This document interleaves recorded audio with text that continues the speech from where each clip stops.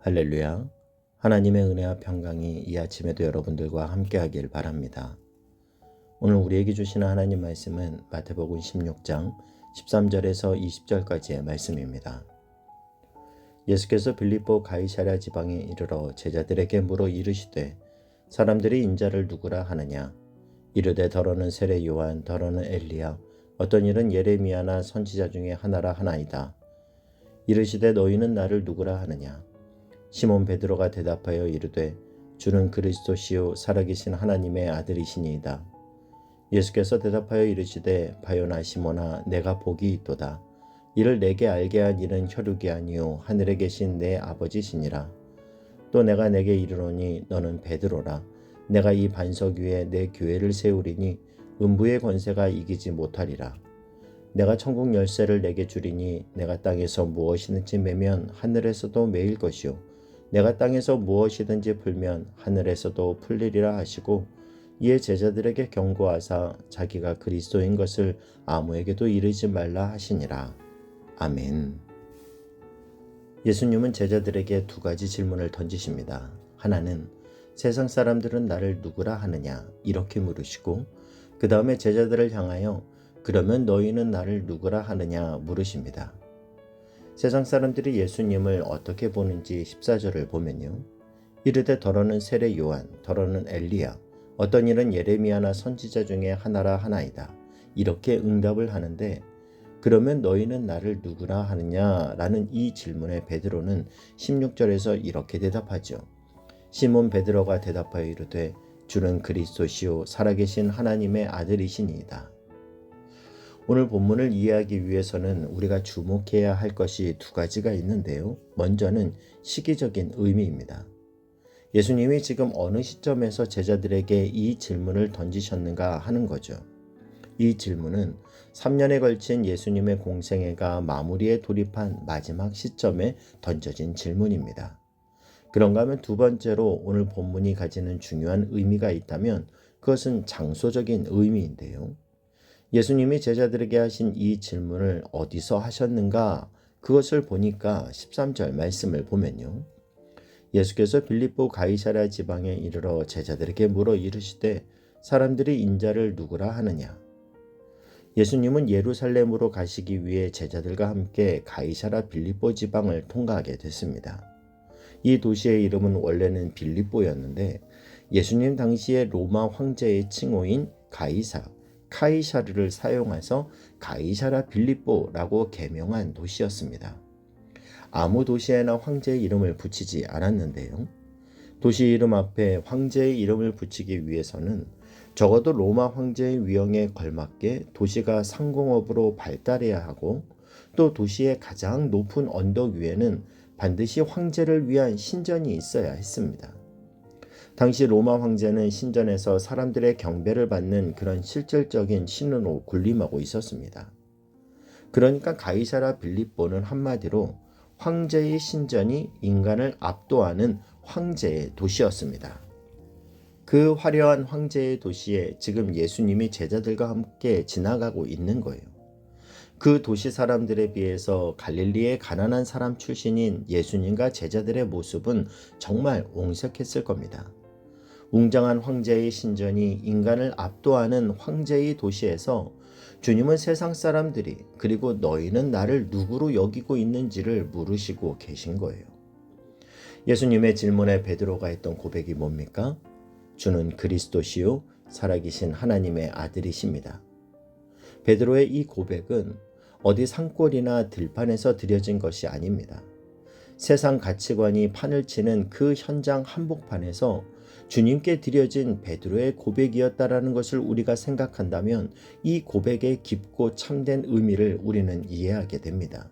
베드로의 이 고백은 우리의 구원자는 로마 궁전의 황금 보좌에 앉아있는 로마 황제가 아니라 비록 거린과 같은 몰골을 망정 나사렛 예수, 바로 당신만이 인간을 구원하실 그리스도이십니다 라는 뜻입니다.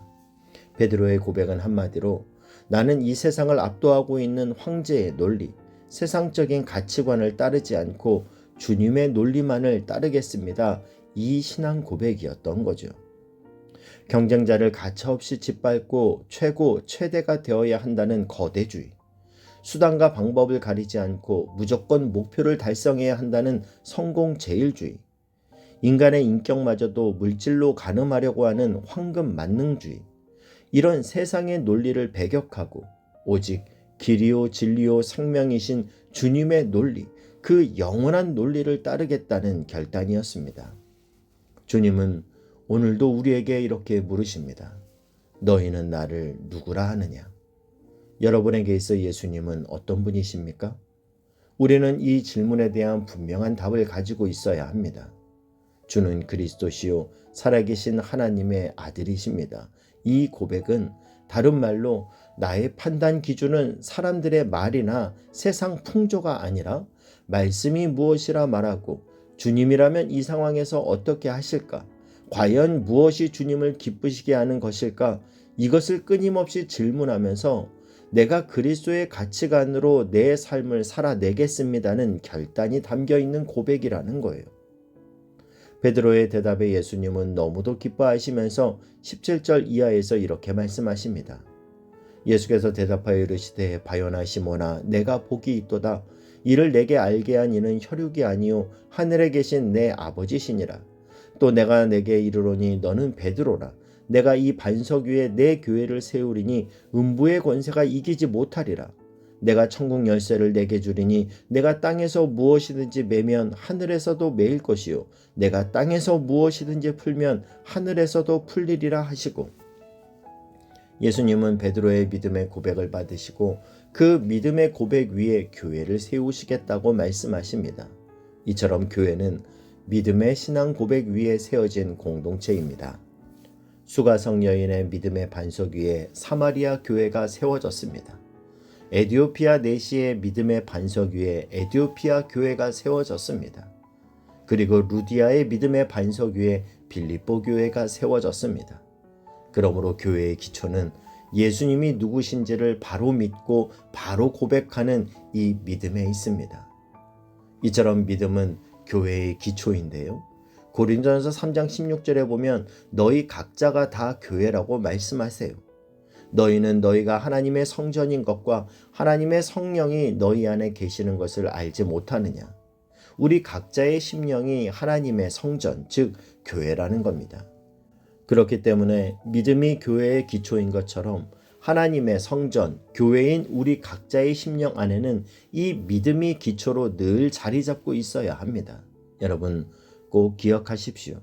하나님은 살아계십니다. 주님은 우리의 구원자 그리스도시고 지금도 살아계셔서 역사하시는 전능하신 하나님의 아들이십니다.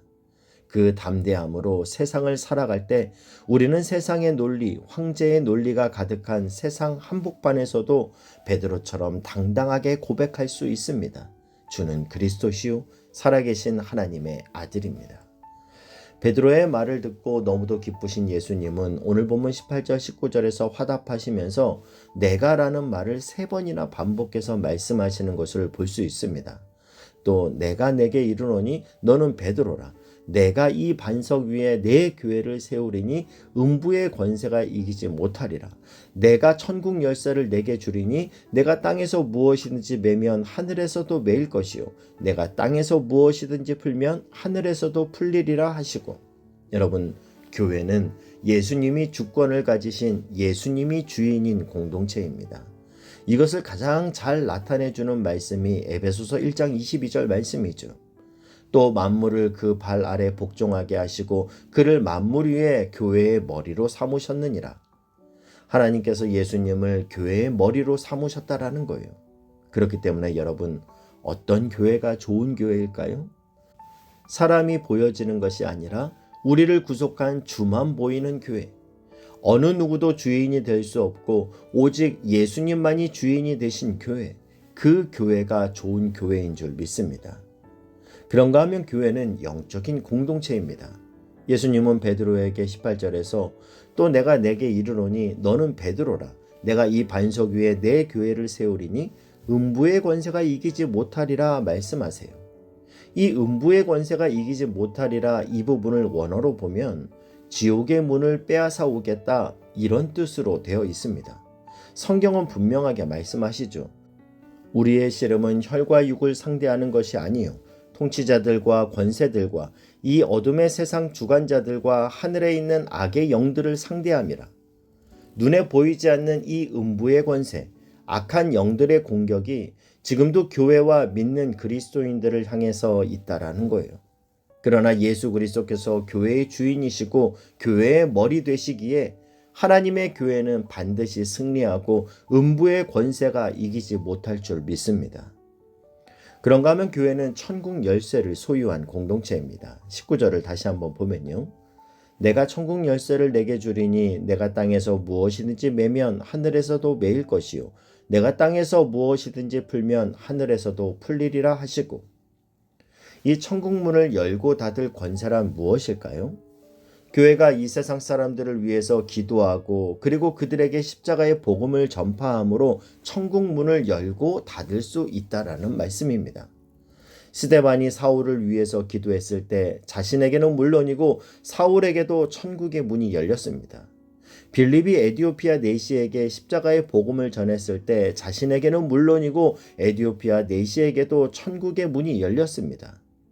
베드로가 성령을 경험하고 십자가 복음을 전파했을 때 베드로 자신에게는 물론이고 3,000명에게 천국 문이 열렸습니다.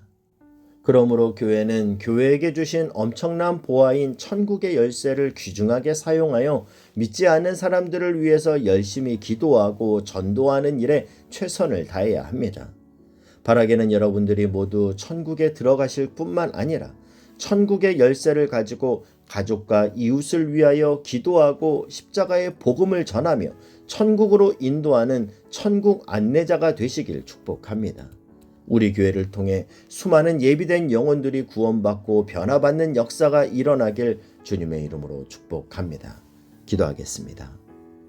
사랑하는 하나님, 하나님이 사랑하시는 우리 교회를 더욱 사랑하게 하시고 우리가 교회임을 기억하며 천국 열쇠를 쥐고 영혼들을 천국으로 인도하는 하나님의 사람 되게 하여 주옵소서. 예수님의 이름으로 기도하옵나이다. 아멘.